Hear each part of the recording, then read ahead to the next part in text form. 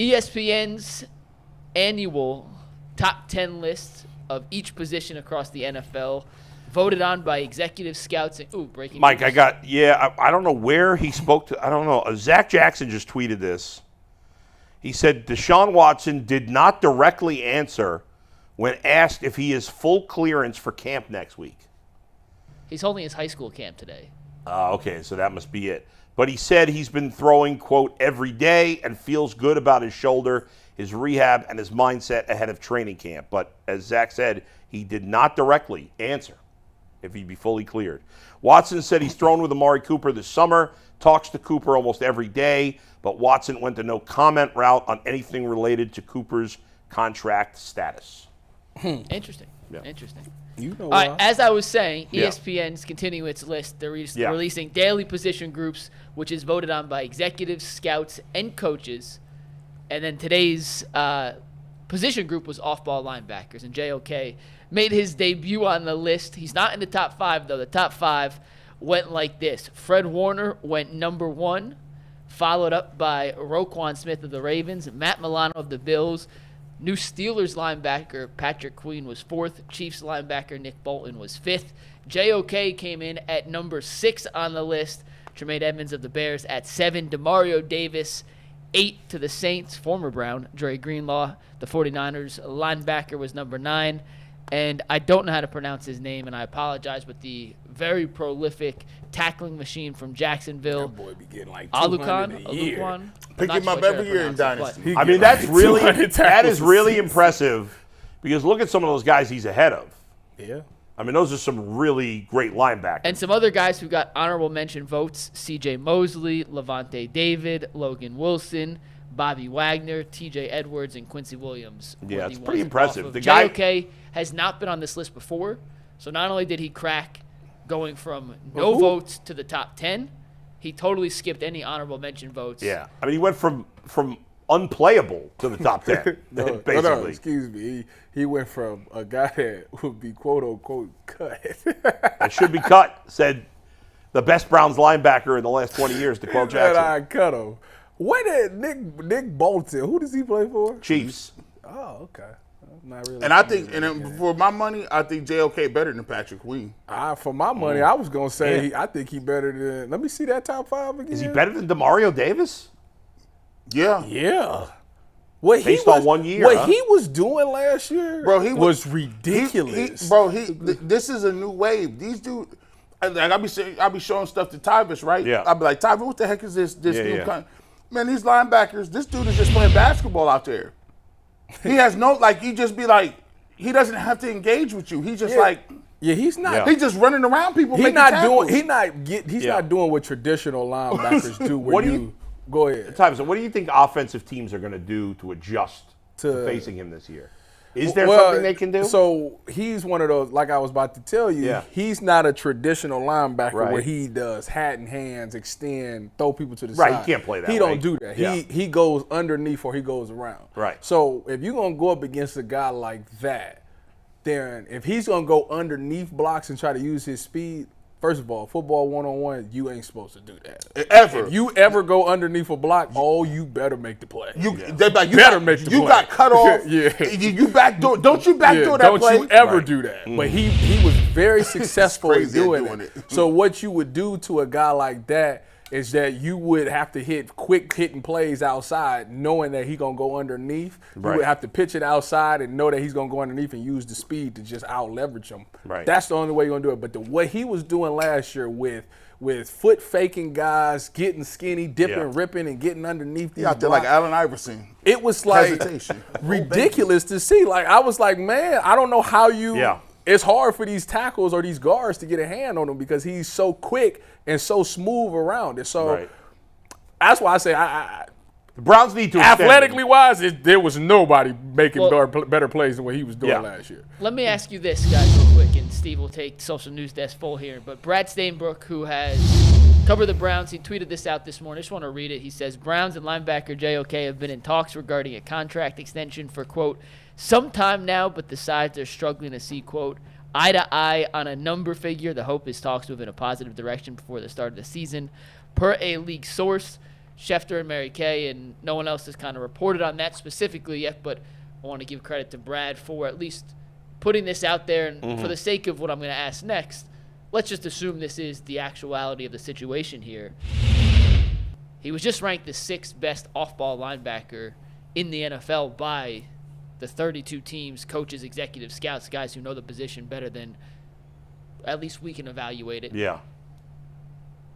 What is that number that they could potentially be looking at to try and for? Well, give me the top 5 again. Can you bring the top 5 up Patrick again? Queen just got paid. What did Patrick Queen get paid? 14 is AAV.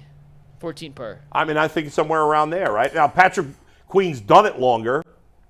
He's been good longer, but JOK's a little younger, isn't he? I think. Let me check. I mean, Patrick Queen. I don't know if Patrick Queen has ever had an individual season as good as JOK. They're both 24, by the way. Okay, Patrick Queen's been more consistently good. Yeah. But I don't know if Patrick Queen's ever had a one individual season as good as JOK just had. My only thing is that we going to now they're about to pay a position that they never paid. Well, but they haven't had anybody worth paying. Double D. Excuse me, Demario Davis. Did they, but he came along at a time when they were like bad. in transition. Yeah, they were horrible. So they're like, why would we pay a middle linebacker? You know, then they ended up When did the Browns trade Demario Davis? Oh, I was there when I got cut, 2017. Dang. Yeah, so that was not this. He led to me getting cut. Yeah, that was not this group. That was not this group. That was Tyvis, that is nothing. He is the sole reason why I got released. So thank you. Tyvis told us that whole story. Yeah, It was they a traded chain of events. They traded Right. Demario Davis for Calvin Pryor. And I remember Calvin and he even never played, did nothing. But I got cut So it because was a of that. stupid move by the Browns, and it led to you being cut, which sucks. I wish you would have played for the Browns. Obviously, you do too. But that has nothing to do with this current group because they weren't here in 2017. So, but you said they didn't ever pay linebackers. What happened in 2017? Period. As a franchise, when was the last time we paid a linebacker? But when have they had good linebackers besides Demario? DeQuell Jackson was here for 8 years, 9 years. They had one. Joe went to the Pro Bowl. And what did he do after they let him go? You got a point there. But don't say that. Don't say we didn't have nobody. He went to the Pro Bowl. They've never had anybody play linebacker as well as this for the Browns recently. JOK is the key to their defense. Like, I know it's Myles Garrett, like because you can't block Myles Garrett. So if you got, it all works. That's why I'd be like, Schwartz is a genius, right? First of all. Go ahead. Finish your statement. Go ahead. So Schwartz is a genius. He's like, okay, we got Myles Garrett. If you don't double team him, he's going to destroy your game plan. Right. So now you got an undersized guy like JOK who can play 3 downs, and he can match up in the spy game because he can run sideline to sideline. Right. Plus, they're like, hey, listen, don't worry about no like responsibilities. Like, if your gap is A gap, whatever you need to do to get the A gap, front side, back side, you can do whatever you want, no responsibility, and he's running around. If you have 2 of those guys causing havoc and 3 of the best 35 corners locking down, you like it's only a matter of time before one of them gets home. It's only a matter of, and if they can find one more person, like if they get another person on the other end, that's why they've been looking for it for so long. Yeah. The Browns defense can be I'm gonna be honest, they could be generational. The way they played at home, it was cheating. It was like Madden. It was like it was ridiculous. Yeah. Well, let me ask you this. Hold on. Let me. Sorry. Let me go back in here. Yeah, go back. You said that JOK is the key to the defense. Yes. That's a lie. Why ain't it? Because I'm gonna tell you why. The key to the key to the Browns defense is the defensive tackles. Because if the defensive tackles is no good, JOK will go right back to getting picked up and blew off the ball 15 yards down the field. So the key to the Browns defense is definitely the defense. But Tyvis, No. Period. Correct me if I'm nobody wrong. said. No. Correct me if I think in general you're probably right, but correct me if I'm wrong. No. The defensive line played like shit in the playoff game, didn't they? And JOK dominated. And JOK was the only player on the defense that played great. Did they get blown off the ball? I don't remember. No. But nobody played particularly well besides JOK in that game.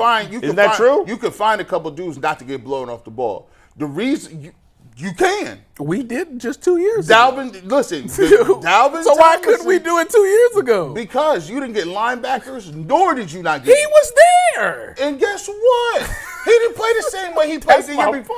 But you know why he couldn't? It was under a different Do you know why he couldn't play like he could? Because Joe Woods was there. No, because he had freaking two linemen in his face, and he had to try to avoid them to try to get around. Isn't it a combination of the two things? No. The defensive tackle position was terrible 2 years ago. So then why would you pay JOK if it's only about the defensive tackle? That's not what I'm saying. I didn't say that. All right. I'm saying it definitely changed things for sure. Well, let me ask for you y'all this, to sit there, I can't believe y'all two gonna sit there and tell me the defensive tackles ain't changed something. They did change something, but they let JOK play the game he's playing right now. Under Joe Woods, he was playing traditional linebacker. Go ahead, Nick Mike. Bolton, who came in at 5th on that list, JOK came at 6th. Yeah. Also entering the final year of his deal. Do you think the Browns and the Chiefs may be waiting out each other to set the market for those two young off-ball linebackers? Or does that not really make a difference? I don't think so. No. Pay him.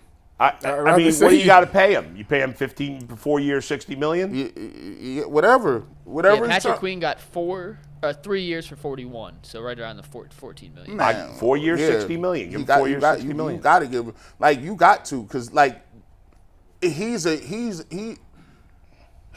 unique piece. There's not very many linebackers that do what he can do.